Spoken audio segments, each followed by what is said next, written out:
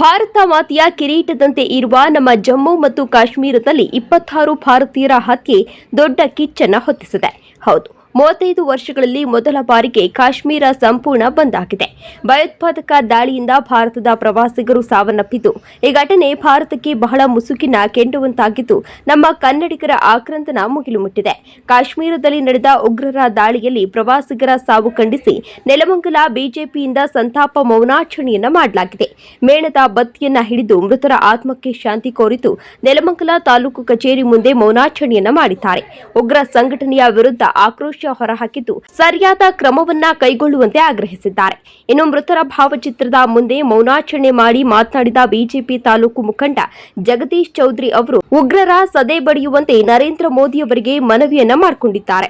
ಏನು ನಿನ್ನೆ ಸಂಜೆ 3 ಗಂಟೆ ಸುಮಾರಲ್ಲಿ ಜಮ್ಮು ಕಾಶ್ಮೀರ ಹತ್ರ 30 ಜನನ ಭಾರತ ದೇಶದ ಪ್ರಜೆಗಳನ್ನ ಕಿಡಿಗೇಡಿಗಳು, ದ್ರೋಹಿಗಳು, ಉಗ್ರಗಾಮಿಗಳು ಅಂತೇಳಿ ಬಂದು ಸದೆ ಬಡಿದ್ರ ಮುಖಾಂತರ ನಮ್ಮ ದೇಶದ ಅಲ್ಲೋಲ್ಕೋಲ ಶಾಂತಿಯನ್ನು ಭಂಗ ಮಾಡವ್ರೆ. ಅದನ್ನು ನಾವು ಖಂಡಿಸ್ತೀವಿ.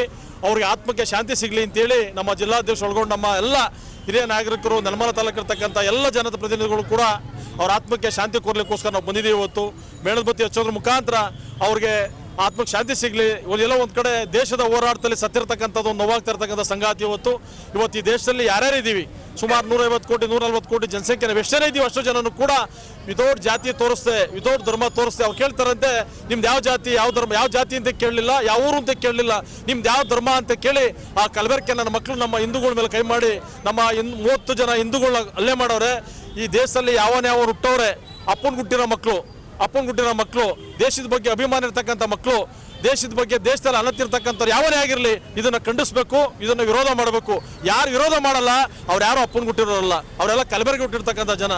ದೇಶದಲ್ಲಿ ಇತ್ಕೊಂಡು ಅವ್ರು ಒಳಗೆ ಬರೋಂಥ ಅವಕಾಶ ಮಾಡಿಕೊಟ್ಟು ನಮ್ಮ ದೇಶದ ಪ್ರಜೆಗಳನ್ನ ಅಮಾಯಕರನ್ನ ಪಾಪ ಎಲ್ಲೋ ಪ್ರವಾಸಕ್ಕೆ ಅಂತ ಹೋಗಿರ್ತಕ್ಕಂಥವ್ರ ಮೇಲೆ ಗುಂಡಾರಿಸೋ ಮುಖಾಂತರ ಅವ್ರನ್ನ ಹತ್ಯೆ ಮಾಡೋರೆ.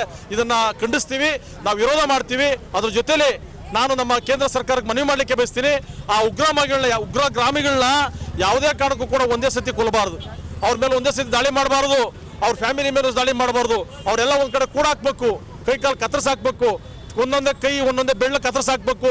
ಎಂಟೈರ್ ಫ್ಯಾಮಿಲಿ, ಉಗ್ರಗಾಮಿ ಫ್ಯಾಮಿಲಿ ಯಾವುದೇ ದೈತ ಫ್ಯಾಮಿಲಿಗಳನ್ನೆಲ್ಲ ಒಂದು ಕಡೆ ಬೆಂಕಿಗ ಇಡೀ ಕುಟುಂಬನ ಅವ್ರ ರಕ್ತನೂ ಕೂಡ ಎಲ್ಲೂ ಕೂಡ ಯಾವ ದೇಶದಲ್ಲಿ ಆಗಲಿ ಅಂತ ಕೆಟ್ಟ ರಕ್ತನ ಯಾವ ದೇಶದಲ್ಲೂ ಕೂಡ ಬೀಳಲಿಕ್ಕೆ ಬಿಡಬಾರ್ದು. ಒಬ್ಬೊಬ್ಬರೇ ಕರ್ಕೊಂಬಂದು ಒಂದು ಕೈ ಒಂದು ಕಾಲು ಒಂದೊಂದು ದಿವಸ ಕತ್ತರಿಸ್ಬೇಕು. 6 ತಿಂಗಳ ಕಾಲ ಅನ್ನ ನೀರು ಕೊಡಬಾರ್ದು ಅವ್ರಿಗೆ. ಆ ದ್ವೇಷಗಳಿಗೆ ಆ ರೀತಿಯ ಚಿತ್ರಹಿಂಸೆ ಕೊಟ್ಟು ನರಳಿ ಸಾಯ್ಬೇಕು ಅವರು. ಅವಾಗಲೇ ಮುಂದೊಂದು ದಿನ ನಮ್ಮ ದೇಶದ ಮೇಲೆ ಇವತ್ತು ಕಾಶ್ಮೀರದಲ್ಲಿ ಆಗೈತೆ, ನಾಳೆ ಕರ್ನಾಟಕದಲ್ಲಿ ಆಗ್ಬೋದು, ನಾಳೆ ಆಂಧ್ರದಲ್ಲಿ ಆಗ್ಬೋದು, ನಾಳೆ ರಾಜಸ್ಥಾನದಲ್ಲಿ ಆಗ್ಬೋದು, ಇನ್ನೊಂದು ಕಡೆ ಆಗ್ಬೋದು. ನಮ್ಮಲ್ಲೂ ಅದು ಸನ್ನಿಧನೇ ಐತೆ. ಆದ ಕಾರಣ ಅಂತ ಉಗ್ರಗಾಮಿಗಳನ್ನ ಒಂದೇ ಸತಿ ದಯಮಾಡಿ ಸುಟ್ ಮಾಡಬಾರ್ದು. ಅವ್ರನ್ನ ಚಿದ್ರಾಗಿ ಕೈ ಕಾಲು ಕತ್ತರಿಸಿ ತುಂಡು ವಿಕ್ರಮ್ ರಾಜಿಂಗ್ ಯಾವ ರೀತಿ ಸಿನಿಮಾದೇವ್ ಕಷ್ಟ ಕೊಡ್ತಾನಲ್ಲ ಆ ರೀತಿ ಕಷ್ಟ ಕೊಟ್ಟು ಸಾಯಿಸ್ಬೇಕು ಅವ್ರನ್ನ. ಆ ಮನೆಯಾಳ ಮಕ್ಕಳಿಗೆ ನಮ್ಮ ದೇಶದಲ್ಲಿ ಇರ್ತಕ್ಕಂಥ ದ್ರೋಹಿಗಳು, ದೇಶದ್ರೋಹಿಗಳು ಯಾವನೇ ಆಗಿರಲಿ, ಯಾವನ ಸಪೋರ್ಟ್ ಮಾಡಿದ್ರೆ ಅವರು ಸುಮಾರು 100 ಜನ ಕೊಟ್ಟಿರ್ತಕ್ಕಂಥ ನನ್ನ ಮಕ್ಕಳು ಲೆಕ್ಕಲಾಚಾರ ಕೊಟ್ಟಾಕ್ತಾರೆ. ಅವರು ತಂದೆ ತಾಯಿ ಕೊಟ್ಟಿರೋಲ್ಲ, ದೇಶದ್ರೋಹಿಗಳು, ಕಲಬೆರಕೆ ನನ್ನ ಮಕ್ಕಳು ಅಂತಾರೆ ಅವ್ರನ್ನ. ಅಂಥವ್ರಿಗೆ ಯಾವುದೇ ಕಾರಣಕ್ಕೂ ಕೂಡ ಯಾರು ಸಪೋರ್ಟ್ ಮಾಡಬಾರ್ದು, ಆ ಉಗ್ರಗಾಮಿಗಳು ಸಪೋರ್ಟ್ ಮಾಡಬಾರ್ದು. ನಿಜವಾದ ಹಿಂದೂಗಳು ನೀವು ದೇಶದಲ್ಲಿ ಹುಟ್ಟಿರ್ತಕ್ಕಂಥ ಹಿಂದೂ ರಾಷ್ಟ್ರ ನಮ್ಮದು. ಹಿಂದೂ ರಾಷ್ಟ್ರದಲ್ಲಿ ಹುಟ್ಟಿರ್ತಕ್ಕಂಥ ನಿಜವಾದ ಹಿಂದೂ ದೇಶಭಕ್ತಿ ಇರ್ತಕ್ಕಂಥವ್ರಾದ್ರೆ, ಅಪ್ಪನ ಹುಟ್ಟಿರೋ ಮಕ್ಕಳಾದ್ರೆ ಇದನ್ನ ಕೃತ್ಯನ ಖಂಡಿಸಬೇಕು. ಎಲ್ಲರೂ ಕೂಡ ವಿರೋಧ ಮಾಡಬೇಕು. ಇವತ್ತೆಲ್ಲ ಯಾರೋ ಮನೆ ಸತ್ತವ್ರೆ ಅಂತಲ್ಲ, ನಾಳೆ ನಮ್ಮ ಮನೆಗೆ ಆಗ್ಬೋದು. ಎಲ್ಲ 30 ಜನ ಸತ್ತವ್ರೆ ಅಂತಲ್ಲ, ನಾಳೆ 300 ಜನ ಸಾಯ್ಬೋದು. ಇದನ್ನ ನಾವು ಖಂಡಿಸ್ತೀವಿ. ನಾವು ಕೇಂದ್ರ ಸರ್ಕಾರ ಮನವಿ ಮಾಡಲಿಕ್ಕೆ ಬಯಸ್ತೀವಿ, ಆದಷ್ಟು ಶೀಘ್ರವಾಗಿ ಒಳ್ಳೆ ಸಿಹಿ ಸುದ್ದಿ ಕೊಡಬೇಕು. ಇಂಥ ಹೀನ ಕೃತ್ಯಕ್ಕೆ ಯಾರ್ಯಾರು ಕೈ ಹಾಕಿದ್ರು ಅವ್ರ ಜನಗಳನ್ನ, ಆ ಉಗ್ರಗಾಮಿಗಳನ್ನ ಮಟ್ಟ ಹಾಕಬೇಕು. ಅವ್ರ ಎಲ್ಲೂ ಕೂಡ ಅವ್ರ ನೆಲ್ಲು ಅವ್ರ ಫ್ಯಾಮಿಲಿ, ಮಕ್ಕಳು, ಮರಿ, ಹೆಂಡ್ರು, ತಾಯಿ, ಅಮ್ಮ ಎಲ್ಲರೂ ಕೂಡ ಸರ್ವನಾಶ ಮಾಡಿಬಿಡ್ಬೇಕು. ಅವ್ರು ಯಾವುದೇ ಕಾರಣಕ್ಕೂ ಅಯೋಗ್ಯನ ಮಕ್ಕಳು ಅವರು ಈ ದೇಶದಲ್ಲಿ ಬದುಕಕ್ಕೆ ಯೋಗ್ಯರಲ್ಲ. ಆದ ಕಾರಣ ಪ್ರತಿಯೊಬ್ಬರು ಕೂಡ ಈ ದೇಶದಲ್ಲಿ, ಈ ಮಣ್ಣಲ್ಲಿ ಯಾರ್ಯಾರು ಅನ್ನ ತಿಂದು ಬದುಕ್ತಾ ಇದ್ದೀರಿ ಎಲ್ಲ ಎಂಟೈರ್ ಮುಖ್ಯಮಂತ್ರಿಗಳು, ಎಂಟೈರ್ ಸಂಸದರುಗಳು, ಎಂಟೈರ್ ಶಾಸಕರುಗಳು, ಜನಪ್ರತಿನಿಧಿಗಳು, ಈ ದೇಶದ ಹಿಂದೂ ರಾಷ್ಟ್ರ ಹುಟ್ಟಿರ್ತಕ್ಕಂಥ ಪ್ರತಿಯೊಬ್ಬ ಪ್ರಜೆನೂ ಕೂಡ ವಿರೋಧ ಮಾಡಬೇಕು. ಅವ್ರು ಎಲ್ಲಿ ಸಿಗ್ತಾರಲ್ಲಿ ಕಲ್ಲೊಡಿತೀವಿ ಅಂತಕ್ಕಂಥ ಮೆಸೇಜನ್ನು ಪ್ರಧಾನಮಂತ್ರಿ ಅವರಿಗೆ ಶಕ್ತಿ ತುಂಬುವಂಥ ಕೆಲಸ ನಾವೆಲ್ಲರೂ ಕೂಡ ಮಾಡಬೇಕು. ಇವತ್ತು ಸುಮಾರು ಒಂದು 8 ರಿಂದ 10 ರಾಷ್ಟ್ರಗಳು ಪ್ರಧಾನಮಂತ್ರಿ ಅವ್ರಿಗೆ ಹೇಳ್ತಾವ್ರೆ, ನಾವಿದ್ದೀವಿ, ನಾವಿದ್ದೀವಿ, ಇದನ್ನು ಖಂಡಿಸ್ತೀವಿ, ಅವ್ರು ಯಾರೇ ಆಗಿರಲಿ ಹೊಡೆದು ಬಿಸಾಕಿರ್ತಕ್ಕಂಥ ಮಾತನ್ನು ನಮ್ಮ ದೇಶದಲ್ಲಿರ್ತಕ್ಕಂಥ ಹಲಾಲ್ಕೋರ್ ರಾಜಕಾರಣಿಗಳು ಏನು ಮಾಡ್ತಾರೆ ಅಂತಕ್ಕಂಥದ್ದು ಕೇಳಬೇಕಾಗ್ತದೆ. ಇವತ್ತು ಇದರ ರಾಜಕೀಯದ ಬೇಳೆ ಬೇಸ್ಗಳನ್ನು ಬಿಟ್ಟು ದೇಶದ ಪರವಾಗಿ ನಿಂತ್ಕೊಂಡು ದೇಶದ ಪರವಾಗಿ ದೇಶದ ಬೆನ್ನೆಲುಬಾಗಿ ನಿಂತ್ಕೋಬೇಕು ಅಂತಕ್ಕಂಥದ್ದನ್ನು ನಾನು ಕೇಳಲಿಕ್ಕೆ ಬಯಸ್ತೀನಿ. ಇವತ್ತು ಎಲ್ಲರಿಗೂ ಕೂಡ ಒಳ್ಳೆಯದಾಗಲಿ. ರಾಜ್ಯ ಸರ್ಕಾರ ಅವರಿಗೆ ಸತ್ತಿರೋರಿಗೆ ಪರಿಹಾರ ಕೊಡಬೇಕು ಅಂತ ಕೇಳಿ ಅವ್ರು ಎಷ್ಟೇ ಕೋಟಿ ಪರಿಹಾರ ಕೊಟ್ಟರು ಕೂಡ ಅವರ ಮನೆಯಲ್ಲಾಗಿರ್ತಕ್ಕಂಥ ಅನಾಹುತನ ತಲುಪಿಸಾಗಲ್ಲ. ಆದರೂ ಕೂಡ ರಾಜ್ಯ ಸರ್ಕಾರ ಗಮನ ಹರಿಸಬೇಕು. ಅವ್ರು 33 ಜನ ಇವತ್ತೇನು ಕರ್ನಾಟಕ ರಾಜ್ಯದಲ್ಲಿ ತನ್ನ ಪ್ರಾಣವನ್ನು ತ್ಯಾಗ ಮಾಡವ್ರೆ, ತನ್ನ ಪ್ರಾಣನ ಕಳ್ಕೊಂಡು ಇಲ್ಲಿಗೆ ಬಂದವ್ರೆ. ಅವರೆಲ್ಲರೂ ಸಂತೋಷದಿಂದ ಕೆಲಸ ಮಾಡಬೇಕು. ಅವ್ರ ಸರ್ಕಾರ ಕಡೆಯಿಂದ ಆಗತಕ್ಕಂಥ ಎಲ್ಲ ಸವಲತ್ತುಗಳನ್ನು ಕೊಡಬೇಕು. ಅದ್ರ ಹೆಚ್ಚಿನ ರೀತಿಯಲ್ಲಿ ದೇಶ ದ್ರೋಹಿಗಳನ್ನ, ಉಗ್ರಗಾಮಿಗಳನ್ನ, ಅವ್ರು ಯಾವನ ಹಲಾಲ್ಕೋರ್ ಸುಳ್ಳ ಮಗ ಒಬ್ಬ ವಿಧಾನಸೌಧದಲ್ಲಿ ಹೇಳ್ತಾರೆ ಪಾಕಿಸ್ತಾನಕ್ಕೆ ಜೈ ಅಂತೇಳಿ, ಅವ್ನು ಇನ್ನೂ ಕೂಡ ಕಾಂಗ್ರೆಸ್ ಸರ್ಕಾರ ಮಡಿಕೊಂಡು ಕೂತೈತೆ. ಅವ್ನು ಯಾವುದೇ ಕಾರಣಕ್ಕೂ ಕೂಡ ನಮ್ಮ ರಾಜ್ಯದಲ್ಲಿ ಆಗಲಿ ನಮ್ಮ ದೇಶದಲ್ಲಿ ಬದುಕಕ್ಕೆ ಬಿಡಬಾರ್ದಂತ ಹಲಾಲ್ಕೋರ್ ಬಡ್ಡಿ ಮಕ್ಕಳನ್ನ. ಅಂತ ಯಾವನ ಹಲಾಲ್ಕೋರ್ ಕೆಲಸ ಮಾಡ್ತಾನೆ, ದೇಶ ದ್ರೋಹಿ ಕೆಲಸ ಮಾಡ್ತಾನೆ ಅಂಥವ್ರೆಲ್ಲರೂ ಕೂಡ ಅವರೆಲ್ಲರೂ ಕೂಡ ಅದೇನೇ ಕಾನೂನು ಇರಲಿ, ಅವ್ರು ಯಾವುದೇ ಕಾರಣಕ್ಕೂ ಕೂಡ ಬದುಕಕ್ಕೆ ಇಲ್ಲಿ ಅಯೋಗ್ಯರು ಅಂತ ಹೇಳ್ಬಿಟ್ಟು ಅವ್ರನ್ನ ಹೊಡೆದಾಕಂಥ ಶಕ್ತಿ ರಾಜ್ಯ ಸರ್ಕಾರನೂ ಮಾಡಬೇಕು, ಕೇಂದ್ರ ಸರ್ಕಾರನೂ ಮಾಡಬೇಕು. ಇವತ್ತೇನು ಭಾರತ ಇತಿಹಾಸದಲ್ಲಿ ಕಂಡು ಕೇಳರಿದಂಥ ಒಂದು ರಕ್ತಪಾತವನ್ನು ಜಮ್ಮು ಕಾಶ್ಮೀರಲ್ಲಿ ನೆನೆ ಆಗಿದೆ. ಇದು ಆಗಬಾರ್ದಿತ್ತು ಈ ಘಟನೆ, ಆದರೂ ಆಗಿದೆ. ಇತ್ತೀಚಿನ ದಿನಗಳಲ್ಲಿ ಈ ಘಟನೆ ನಿಂತಿತ್ತು. ಯಾವಾಗ ಜಮ್ಮು ಆ್ಯಂಡ್ ಕಾಶ್ಮೀರ ಚುನಾವಣೆ ಬಂತೋ ಅಲ್ಲಿ ಯಾವತ್ತು ಇವತ್ತು ಕಾಂಗ್ರೆಸ್ ಸರ್ಕಾರ ಅಧಿಕಾರಕ್ಕೆ ಬಂತೋ ಈ ಅನಾಹುತಗಳಿಗೆ ಕಾರಣ ಕಾಂಗ್ರೆಸ್ ಸರ್ಕಾರ.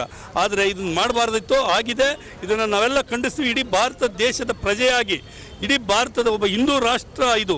ಹಿಂದೂಗಳನ್ನು ಹುಡುಕಿ ಕೊಲ್ತಾರೆ ಅಂತಂದರೆ ಇವತ್ತೆಲ್ಲ ಒಂಥರ ಎಲ್ಲ ಹಿಂದೂಗಳು ತಲೆ ಬಗ್ಸುವಂಥ ಕೆಲಸ ಆಗಿದೆ. ಇದಕ್ಕೆ ಮುಂದೆ ಬರೋಂಥ ದಿನಗಳಲ್ಲಿ ಅವಕಾಶ ಕೊಡಬಾರ್ದು. ಇಡೀ ಪ್ರಪಂಚದಲ್ಲಿ ಇದನ್ನು ಖಂಡಿಸ್ತಾ ಇದ್ದರೆ ನಮ್ಮ ದೇಶದಲ್ಲಿರ್ತಕ್ಕಂಥ ಹಲಾಲ್ಕೋರ್ ರಾಜಕಾರಣಿಗಳು ಯಾರೋ ಒಬ್ಬರು ತಲೆ ಕಟ್ಟೋಕ್ಕೆ ಪ್ಲಾನ್ ಮಾಡ್ತಾರೆ. ಇಂಥ ಹಲಾಲ್ಕೋರ್ಗಳೇ ಇವತ್ತು ದೇಶದ್ರೋಹಿಗಳು. ಮೊದಲು ಇವರನ್ನು ಹೊಡೆದಾಕಬೇಕು.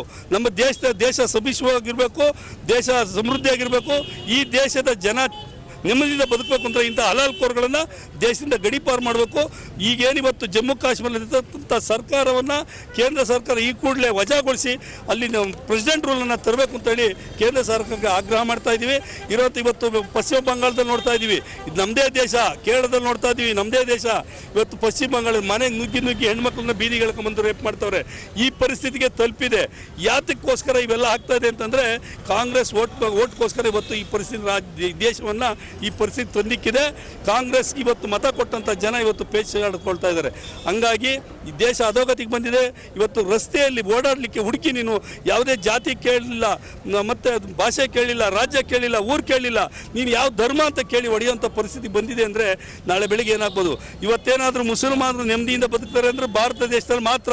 ನೋಡ್ತಾ ಇದ್ದೀವಿ, ಪಾಕಿಸ್ತಾನ ಇರ್ಬೋದು, ಬೇರೆ ಬೇರೆ ರಾಷ್ಟ್ರಗಳಿರ್ಬೋದು, ಅವರವರು ಹೊಡೆದಾಡ್ಕೊಂಡು ಬಾಂಬ್ ಹಾಕೊಂಡು ಸಾಯ್ತಾರೆ. ಇಲ್ಲಿರುವಂಥ ಮುಸಲ್ಮಾನರು ನೆಮ್ಮದಿಯಿಂದ ಬದುಕ್ತಾವ್ರೆ. ಯಾವುದೋ ಒಂದು ಸಂಘಟನೆಗಳು ಇನ್ನೊಂದು ಕಟ್ಕೊಂಡು ದೇಶ ದ್ರೋಹಿಗಳನ್ನು ಬಳಸ್ಕೊಂಡು ಇವತ್ತು ದೇಶದಲ್ಲಿರ್ತಕ್ಕಂಥ ಇಂಥ ಹಲಾಲ್ಕೋರ್ ಕೆಲಸವನ್ನು ಮಾಡ್ತಕ್ಕಂಥ ಯಾವುದೇ ಸಂಘಟನೆ ಇದ್ರೂ ಅದು ಮುಗಿಸಾಕಬೇಕು. ಈ ಕೂಡಲೇ ಅವರನ್ನು ಕಂಡಲ್ಲಿ ಗುಂಡಿಟ್ಟು ಹೊಡೆಯುವಂಥ ಕೆಲಸವನ್ನು ದೇಶದ ಪ್ರಧಾನಿ ಮಾಡಬೇಕಾಗಿದೆ. ಇದನ್ನು ನಾವು ಮನವಿಯನ್ನು ಮಾಡ್ತಾ ಇದ್ವಿ. ಆದರೆ ಇವತ್ತು ನಮ್ಮ ನೆಲಮಂಗಲ ಬೆಂಗಳೂರು ಗ್ರಾಮಾಂತರ ಜಿಲ್ಲೆಯ ವತಿಯಿಂದ ಎಲ್ಲ ಮಂಡಲಗಳಲ್ಲೂ ಅವರಿಗೆ ಸಾಂಕೇತಿಕವಾಗಿ ಒಂದು ಶೋಕಾಚರಣೆಯನ್ನು ಮಾಡ್ತಾ ಇದ್ದೀವಿ. ದೇವರು ಅವರಿಗೆ ಸದ್ಗತಿಯನ್ನು ಕೊಡಲಿ ಅಂತೇಳಿ ಭಗವಂತನಲ್ಲಿ ಕೇಳ್ಕೊಳ್ತಾ ಇದ್ದೀವಿ. ಅದೇ ಇನ್ನು ಮುಂದಕ್ಕೆ ಈ ಕಾರ್ಯಕ್ಕೆ ಈ ಥರ ಒಂದು ಘಟನೆಗಳು ನಡಿಬಾರ್ದು. ನಮ್ಮ ದೇಶದಲ್ಲಿ ಎಲ್ಲ ಜನ ಸುಭಿಕ್ಷವಾಗಿ ಬದುಕಬೇಕು ಅನ್ನೋ ದೃಷ್ಟಿಯಿಂದ ಒಂದು ಮೌನವ್ರತವನ್ನು ಇವತ್ತು ಆಚರಣೆ ಮಾಡಿದ್ದೀವಿ. ಇವತ್ತು ಭಾರತ ದೇಶದಲ್ಲಿ ನಡೆದಿರ್ತಕ್ಕಂಥ ದುರಂತ, ಎಲ್ಲ ಮಹಿಳೆಯರು ಆ ಹೆಣ್ಣು ಮಗಳ ಮುಂದೆ ತನ್ನ ಗಂಡನ್ನ ಕೊಲೆ ಮಾಡ್ತಾರೆ ಗುಂಡಿಕ್ಕಿ. ಅದನ್ನು ಹೋಗಿ ಮೋದಿಗೆ ಹೇಳು ಅಂತ ಜೀವಂತವಾಗಿ ಬಿಡ್ತಿದ್ದಾರೆ ಅಂದರೆ ನಮ್ಮ ದೇಶದಲ್ಲಿ ಧರ್ಮವನ್ನು ಮಾತ್ರ ಆಚರಣೆ ಮಾಡಬೇಕಾ ಅನ್ನೋದು ನಾನು ಈ ಮೂಲಕ ಕೇಳ್ಕೊತೀನಿ. ಯಾಕಂದರೆ ಹಿಂದೂ ಮುಸಲ್ಮಾನರು ಮಾತ್ರ ಇರಬೇಕಾ ಅಥವಾ ಬೇರೆ ಜಾತಿಗಳು ಬೇಡವಾ? ಇವತ್ತು ಜಾತಿಯನ್ನು ಕೇಳ್ತಿಲ್ಲ, ಭಾಷೆ ಕೇಳ್ತಿಲ್ಲ, ಯಾವ ಪಕ್ಷ ಅಂತ ಕೇಳ್ತಿಲ್ಲ, ಯಾವ ವ್ಯಕ್ತಿ ಅಂತ ಕೇಳ್ತಿಲ್ಲ. ಗಂಡಸನ್ನು ಮಾತ್ರ ಕೊಲೆ ಮಾಡಿ ನೀನು ನಮ್ಮನ್ನು ಕೊಲೆ ಮಾಡಿ ಅಂತ ಕೇಳ್ಕೊಂಡ್ರೆ ಕೂಡ ಅವ್ರನ್ನ ಹೆಂಡತಿ ಮಕ್ಳನ್ನ ಬಿಟ್ಬಿಟ್ಟು ಬರೀ ಗಂಡು ಮಕ್ಳನ್ನೇ ಹುಡುಕಿ ಕೊಲೆ ಮಾಡ್ತಾರೆ ಅಂದರೆ ಯಾವ ಮನೋಸ್ಥಿತಿಗೆ ಹೋಗಿದ್ದಾರೆ ಅವರು? ಅವ್ರಿಗೆ ಕುಮ್ಮಕ್ಕೆ ಕೊಡ್ತಿರ್ತಕ್ಕಂಥವ್ರು ಯಾರು? ಯಾವ ದೇಶದಿಂದ ಕುಮ್ಮಕ್ಕೆ ಸಿಗ್ತಾ ಇದೆ ಅವ್ರಿಗೆ? ಈಗಾಗಲೇ ಪಾಕಿಸ್ತಾನ ಬಿಕಾರಿ ಆಗಿದೆ, ತಿನ್ನಕ್ಕೆ ಹಿಟ್ಟಿಲ್ಲ. ಅಲ್ಲಿ ಜನ ಅಂಗಲಾಚುತ್ತಿದ್ದಾರೆ. 1 kg ಅಕ್ಕಿ, ರಾಗಿ, ಗೋಧಿ ಎಷ್ಟು ಆಗಿದೆ ಅಲ್ಲಿ ಅಂದರೆ ಹೇಳೋಕ್ಕೆ ಅಸಾಧ್ಯ. ಇವತ್ತು ಭಾರತದಂಥ ಸುಭಿಕ್ಷವಾದ ದೇಶ ನಮ್ಮ ನರೇಂದ್ರ ಮೋದಿಯವರು ಪ್ರಧಾನಿ ಆದಮೇಲೆ ಉಗ್ರರ ಸಂತತಿ ಯಾವ ರೀತಿ ಕಮ್ಮಿ ಆಗ್ತಿದೆ ಅಂದರೆ ಹೇಳಕ್ಕೆ ಅಸಾಧ್ಯ. ಎಷ್ಟು ಹೈ ಲೆವೆಲಲ್ಲಿತ್ತು, ಇವತ್ತು ಎಷ್ಟು ಕಮ್ಮಿ ಆಗಿದೆ ಅಂದರೆ ಅದನ್ನು ನೆನೆಸ್ಕೊಬೇಕು. ಅದಕ್ಕೆ ಕುಮ್ಮಕ್ಕೆ ಕೊಡ್ತಿರೋರು ಯಾರು ಅಂದರೆ ದೇಶವನ್ನು ನೋಡ್ತಾ ಇಲ್ಲ ನಾವು, ಯಾವುದೋ ಒಂದು ರಾಜಕೀಯ ವಿಷಯಕ್ಕೋಸ್ಕರ ಇವತ್ತು ಪ್ರಧಾನಿಯವರನ್ನು ತಲೆ ತಗ್ಗಿಸ್ಬೇಕು ಅನ್ನೋಕ್ಕೋಸ್ಕರ ವಿದೇಶಿಗಳ ಕೈವಾಡನ ಅಥವಾ ಭಾರತದಲ್ಲಿರ್ತಕ್ಕಂಥ ಒಳಸಂಚು ಮಾಡ್ತಿರ್ತಕ್ಕಂಥ ದೊಡ್ಡ ಉಗ್ರಗಾಮಿಗಳ ಸಂಚಿನಿಂದ ಇವತ್ತು ಈ ಕೆಲಸ ನಡೀತಾ ಇದೆಯಾ. ಇದನ್ನೆಲ್ಲ ತಪ್ಪಿಸ್ಬೇಕು. ಮೊದಲು ದೇಶ, ಆಮೇಲೆ ಜಾತಿ.